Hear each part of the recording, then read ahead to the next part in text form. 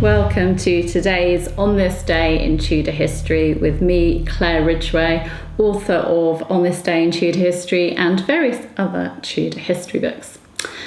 Staying in King Henry VIII's reign today, but a few years earlier.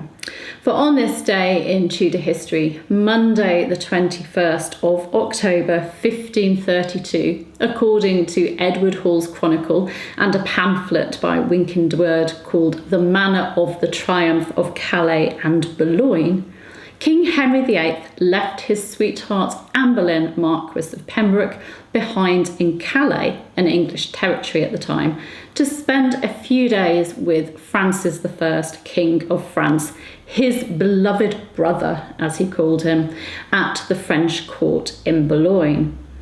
Edward Hall describes how Henry VIII was accompanied by the Dukes of Norfolk and Suffolk, and with the Marquesses of Dorset and Exeter, the Earls of Arundel, Oxford, Surrey, Essex, Derby, Rutland, Huntingdon and Sussex, and diverse viscounts, barons, Knight of the Garter, and gentlemen, freshly apparelled and richly trimmed.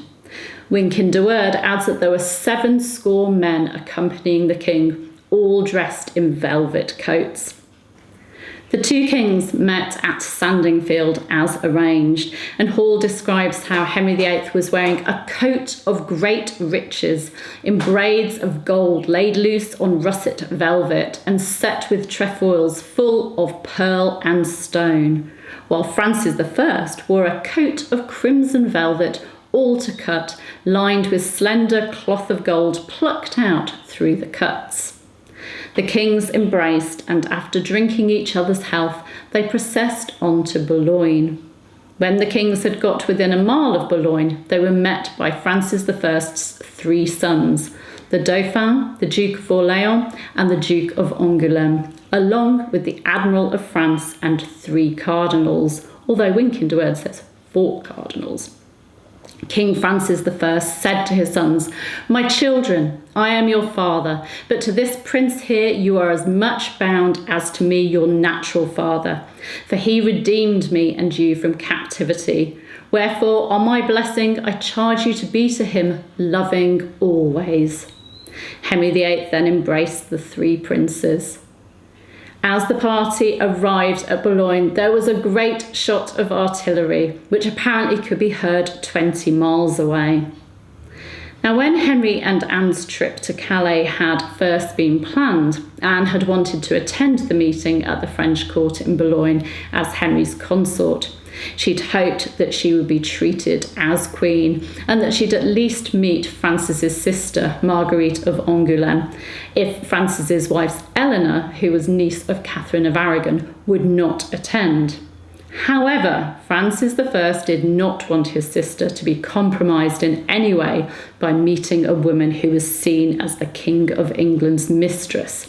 So, instead, he suggested the attendance of the Duchess of Vendôme, a woman of regrettable reputation and light morals, who therefore had no dignity left to preserve. Oh dear.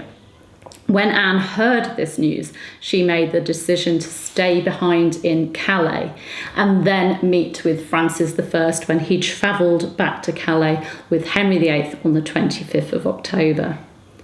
Henry and Anne had set sail for Calais on the 11th of October 1532. The purpose of their trip was to meet with Francis I to gain his support for their relationship and their quest for the annulment of Henry's marriage to Catherine of Aragon. Now, Francis was actually sympathetic to their plight and offered to give Henry French protection against the Holy Roman Emperor Charles V, who was, of course, Catherine of Aragon's nephew, should he cause trouble. And Francis also promised to intercede with the Pope on their behalf. So it was a successful trip in the end.